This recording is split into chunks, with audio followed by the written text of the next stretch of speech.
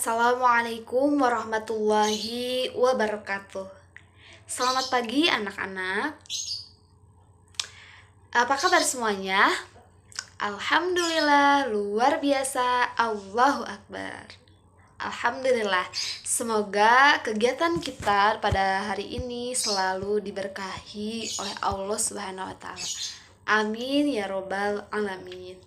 Baik anak-anak, sekarang sebelum kita memulai pelajaran, alangkah lebih baiknya kita berdoa terlebih dahulu ya. Di sini ada KM-nya. Oh, ada Jaki. Jaki, silahkan dipimpin doa terlebih dahulu ya.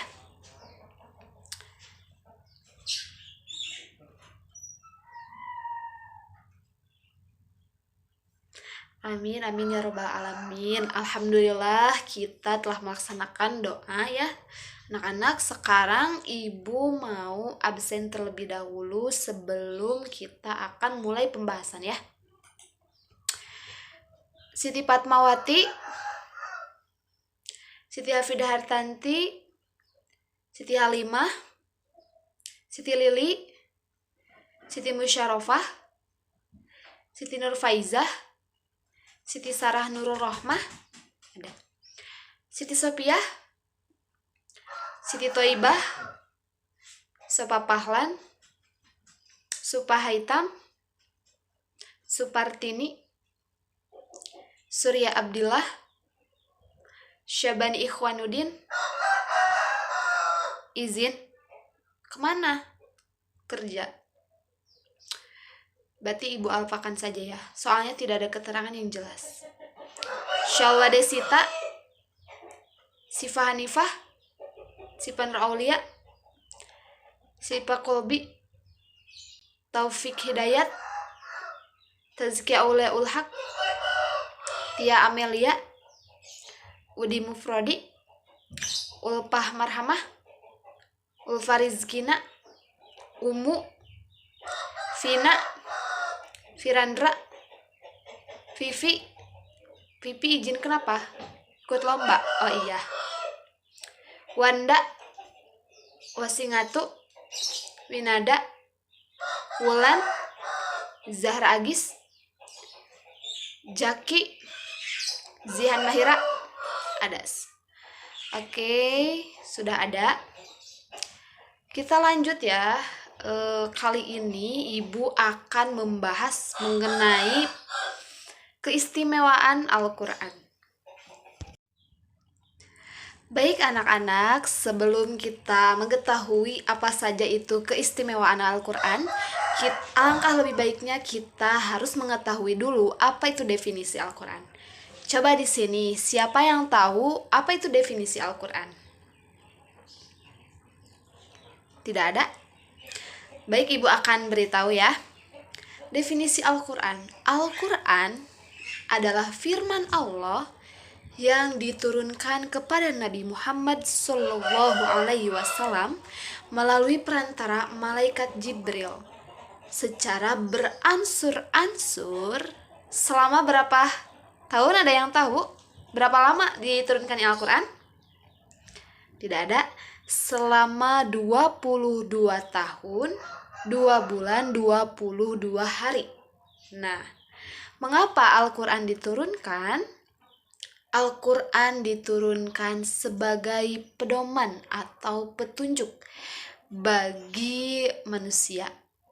Ya, jadi Al-Quran turun untuk menjadi pedoman bagi manusia. Begitu. Nah, Al-Quran itu dianggap membacanya itu sebagai ibadah. Betapa besar mukjizatnya Al-Quran ya. Kita membacanya saja sudah dianggap ibadah. Itu sudah termasuk kepada ibadah dan mendapatkan pahala.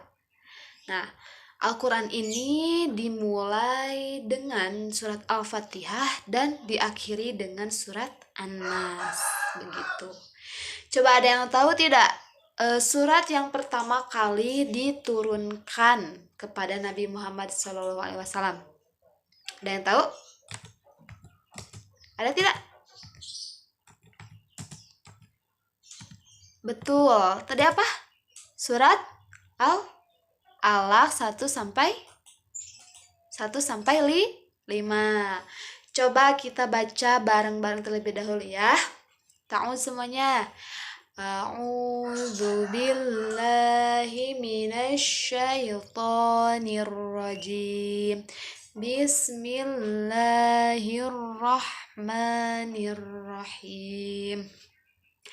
Iqra bismi rabbikal ladzi khalaq. Khalaqal insana min 'alaq. Iqra wa rabbukal akram. Alladzi 'allama bil qalam. 'Allamal insana ma lam ya'lam. Ya, shadaqallahul azim. Bagus ya semuanya anak-anak. Nah, surat Al-Alaq inilah yang diturunkan pertama kali melalui malaikat Jibril untuk disampaikan kepada Nabi Muhammad SAW.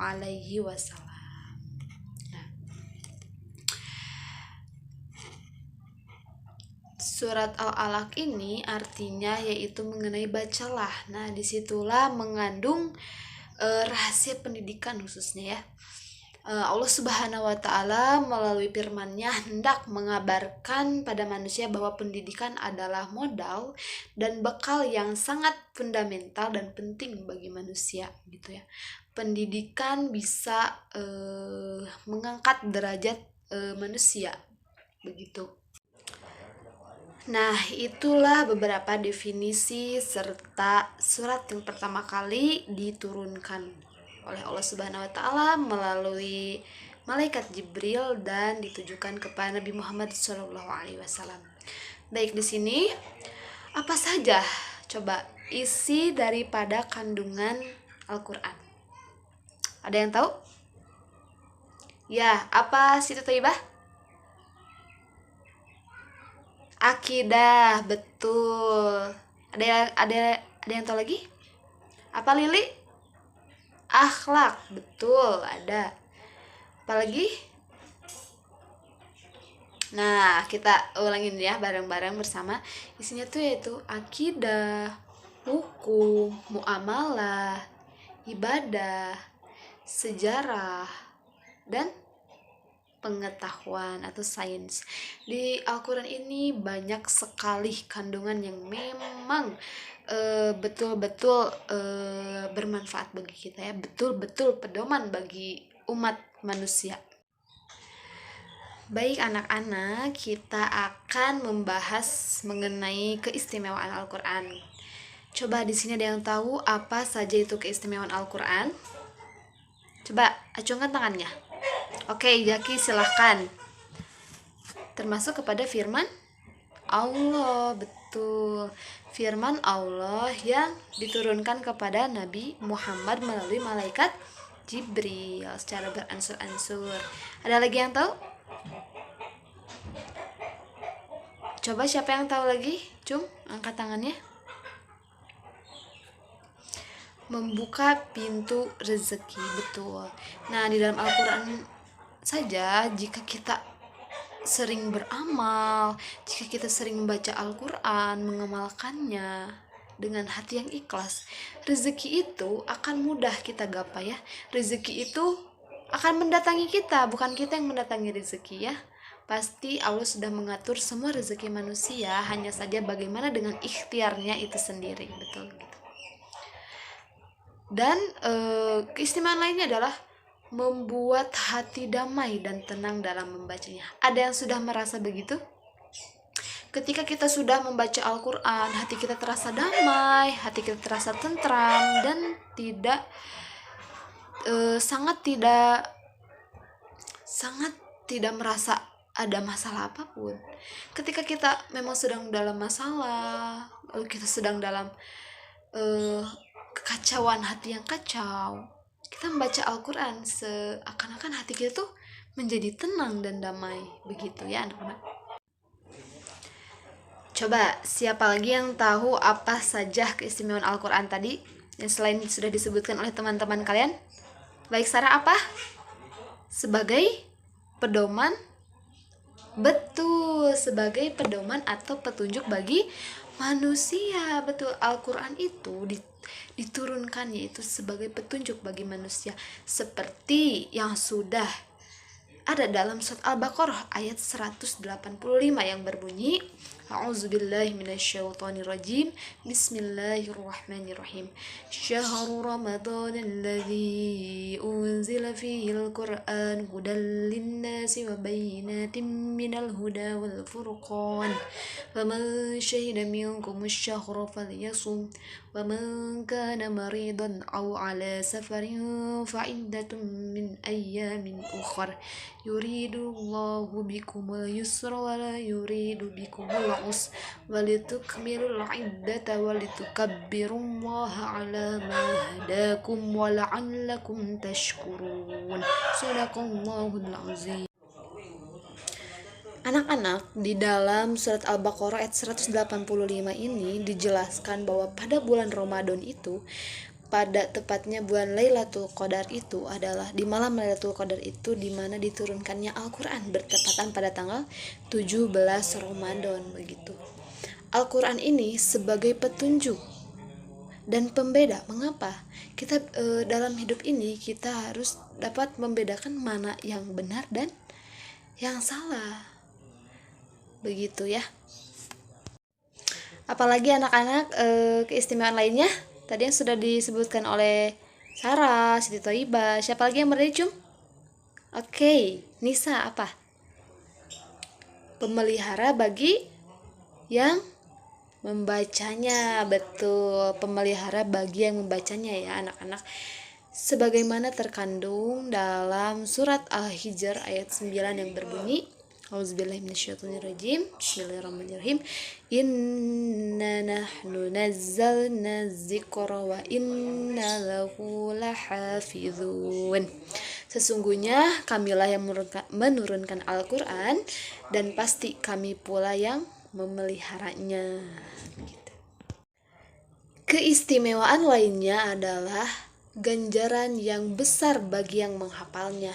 Nih, bagi yang menghafalnya itu adalah memiliki keutamaan. Antaranya yaitu golongan manusia yang terbaik. Nah, lebih utama jadi imam sholat bagi laki-laki. Terus kedudukan penghafal Al-Quran berada di akhir ayat yang dibaca, mendapatkan syafaat kelak di akhirat, satu-satunya sifat hasud yang diperbolehkan, pahala yang berlipat ganda, keinginannya akan dikabulkan oleh Allah Subhanahu wa taala, dan ibarat rumah yang indah serta memiliki kedudukan yang tinggi dan memiliki cahaya lebih indah dari matahari, dan akan disematkan mahkota dan jubah. Masya Allah sekali ya bagi keutamaan orang yang menghafal Al-Quran. Dan ibu berharap di antara kalian ada yang bisa menghafal Al-Quran sampai hatam. Amin, amin ya rabbal alamin. Dan keistimewaan lainnya adalah Al-Quran sebagai obat atau penawar, sebagaimana telah terdapat dalam surat Yunus ayat 57 nih, yang berbunyi Bismillahirrahmanirrahim. Ya ayyuhan nasu qad ja'atkum maw'idatum mir rabbikum wa shifaa'un lima fis sudur wa rahmatul lil mu'minin. Dalam surat Yunus ayat 57 ini disimpulkan bahwa Al-Quran memiliki fungsi untuk memperbaiki jiwa manusia dari segala sifat, dari segala penyakit. Nah, begitu. Jadi banyak sekali keistimewaan lainnya, ya. Keistimewaan dalam Al-Quran, betapa Masya Allah mukjizat yang besar begitu. Baik anak-anak, itulah pembahasan kita kali ini. Semoga kita mendapatkan berkah serta pahala dari Allah Subhanahu wa taala dan dapat mengamalkan ilmu yang telah kita pelajari hari ini ya. Mohon maaf bila ibu ada kekurangan serta kesalahan. Kita bertemu lagi di minggu depan. Wassalamualaikum warahmatullahi wabarakatuh. Silahkan ditutup dengan doa kembali.